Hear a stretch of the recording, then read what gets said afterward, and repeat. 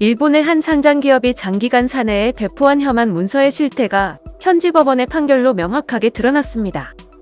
이 기업에서 일하는 제1한국인 여성이 사용자 측의 부당 행위에 맞서 5년 가까이 법정 투쟁을 벌인 끝에 최근 받아낸 일부 승소 판결문을 연합뉴스가 입수해 12일 살펴보니 배포된 문서의 내용은 혐한 시위를 넘어서는 수준으로 심각했습니다. 한국은 영원히 날 좋아하는 국가, 자이니치는 죽어라. 도쿄 증권거래소 일부 상장기업인 후지주택이 2013에서 2015년 임원 또는 직원들에게 배포한 문서들에 등장하는 표현들입니다. 한국에 대한 혐오 감정을 사실상 조장하거나 역사 문제에 관한 일방적인 주장을 담은 글, 식민지 지배와 전쟁에 대한 반성을 부정하는 듯한 내용이 문서에 대거 포함됐습니다. 예를 들면 한국인을 야생동물에 비유하는 유튜브 댓글이나 한국의 교활함이나 비열함, 거짓말 행태는 세계에서도 유례를 찾을 수 없을 것이라는 주장을 담은 포털 사이트의 글들이 문서 형태로 배포됐습니다. 한일 갈등에 관해 그들의 목적은 배상금인 것을 파악할 필요가 있다.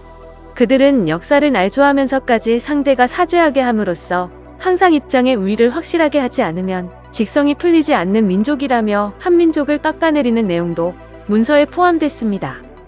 또 우리들은 부모로부터 거짓말하면 안 된다고 교육을 받는다. 하지만 중국이나 한국은 속은 쪽이 나쁘다. 거짓말도 100번 말하면 진짜가 된다고 믿고 있는 국민이다는 등의 발언이 담긴 인터뷰 기사도 있었습니다.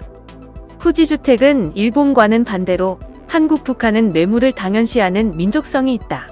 뇌물을 주고 보답을 받는 것이 전통이라는 등의 발언을 담은 대담 기사 등 노골적으로 비방하는 문서를 태연하게 배포했습니다.